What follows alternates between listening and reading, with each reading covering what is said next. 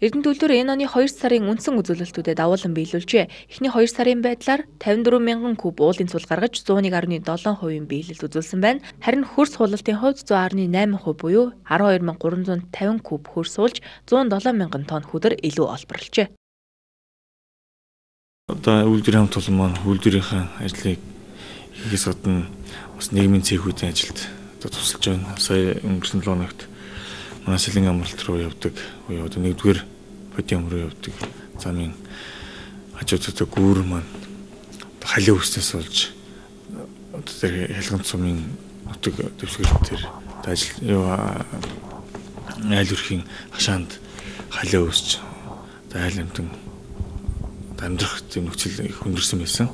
Үүнийг манай үйлдвэрийн одоо удирдлагаас мөн одоо манай хамт олон очиж 3 хоногийн дотор тэрхүү одоо байдлыг л харилцсан байгаа. Үйлдвэрийн металл авалтын хувьд 1455 тоннээс 105 тонн молибденоор дагуулan биелүүлжээ. Үүнтэй уялдуулан 1256 тоннээс 165 тонн молибден төлөвлөгөөнөөс дагуулan ажилт хийсэн байна.